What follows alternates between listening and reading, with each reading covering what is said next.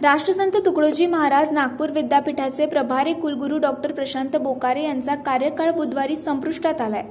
त्यामुळे याआधी निलंबित केलेले कुलगुरू डॉक्टर सुभाष चौधरी यांनी पुन्हा गुरुकुल पदाची जबाबदारी स्वीकारली आहे। डॉक्टर चौधरी यांनी रमजान ईदच्या सुट्टीच्या दिवशी हा कार्यभार स्वीकारलाय।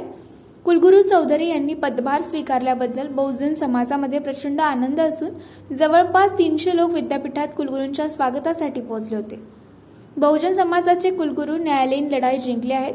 सामाजिक व्यवस्थेने कितीही अन्याय केला असला तरी न्यायालयासमोर सगळे समान आहेत अशी भावना जमलेल्या लोकांनी व्यक्त केली आहे।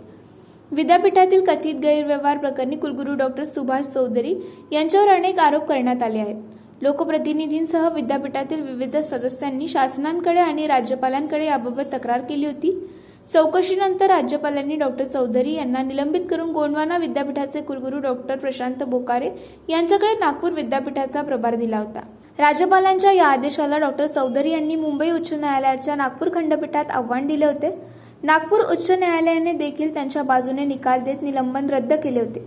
या निर्णयाला सर्वोच्च न्यायालयाने आव्हान देण्यासाठी राज्यपाल कार्यालयाला 4 आठवड्यांची मुदत देण्यात आली होती। ही मुदत शुक्रवार 12 एप्रिलला संपली। प्रभारी कुलगुरू डॉक्टर बोकारे यांनी राज्यपाल कार्यालयाने 10 एप्रिलपर्यंत नागपूर विद्यापीठाचा प्रभार सांभाळण्याचे आदेश दिले होते। त्यांचा कार्यकाळ बुधवारी संपुष्टात आला। त्यामुळे कुलगुरू डॉक्टर चौधरी यांनी पदभार स्वीकारलाय।